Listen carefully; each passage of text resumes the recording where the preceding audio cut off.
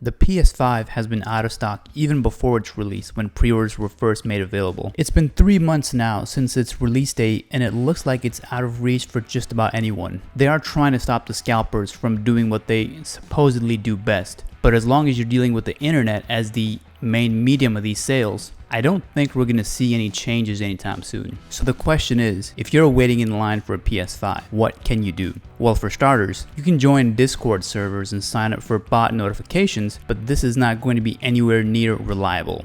I've heard that by the time some people even get the notifications, it's basically too late. NowInStock.net is a pretty legitimate system of being able to check all the major retailers in one go. It looks like they also have free in-stock alerts for Telegram if you use it, email, text notifications, and browser alerts. 99% of the time though, you'll find that eBay will be the only option available. The caveat here is that you're still going to have some competition ahead of you. Something to keep in mind is that these services won't be notifying you as much as you'd hope, since it's a good bit of traffic involved here, and regardless of how you plan on checking for stock availability, everyone and their grandmas will be waiting in the virtual line with you. The situation with online retailers these days is very rarely do they even offer a chance to the consumer to make the order, but if they do, it's usually a very small time window where you just keep your fingers crossed and roll the dice. PlayStation Direct has tried to do a nice job by using a queuing system where you'll automatically be placed in line as you visit their site during the busy hours. Best Buy, Walmart, and Target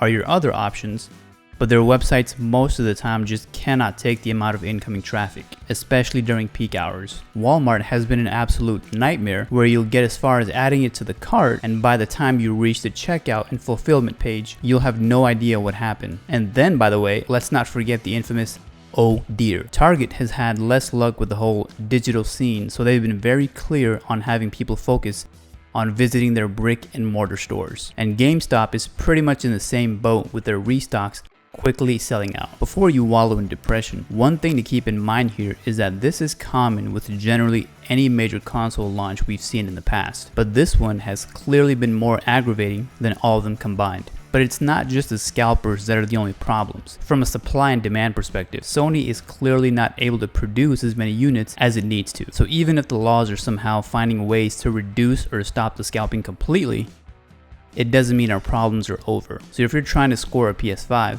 there's no voodoo or magic that you can possibly do to make it happen, but there are a few general guidelines that may help. First of all, if you're trying to visit these retailers, I would advise trying to go during odd hours, super early mornings or super late evenings depending on how late they're open. But before you visit the retailer, call in advance to ask when they actually load new inventory from the truck. Although keep in mind that depending on the person that actually picks up the call, you may not get a direct answer, especially if limited staff is available. And if you're sticking to the digital scene only, you'll just have to not only keep an eye on NowInStock.net, but also just make random visits to these retailer sites, since it seems nearly every one of them have stopped publicly announcing time windows for accepting new orders. Thanks for watching. And for more on PS5 and gaming updates in general, please consider subscribing to this channel.